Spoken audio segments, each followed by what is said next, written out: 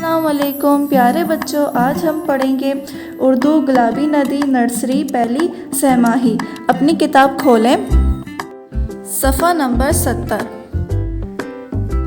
आज हम हर्फ खे और दाल पर पेंसिल फेरेंगे।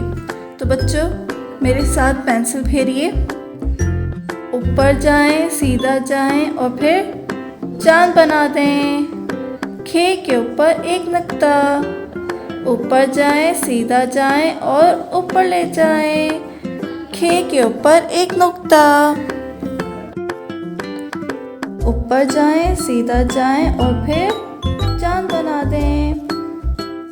खे के ऊपर एक नुक्ता, ऊपर जाएं, सीधा जाएं और फिर ऊपर ले जाएं। खे के ऊपर एक नुक्ता। दाल की कमर मुड़ी हुई, दाल के ऊपर कुछ नहीं। दाल की कमर मुड़ी हुई, दाल के ऊपर कुछ नहीं। सफ़ा नंबर 71 में आपने घर का काम करना है, बिल्कुल वैसे ही जैसे हमने जमात का काम किया था। शुक्रिया, अल्लाह हाफ़िज़।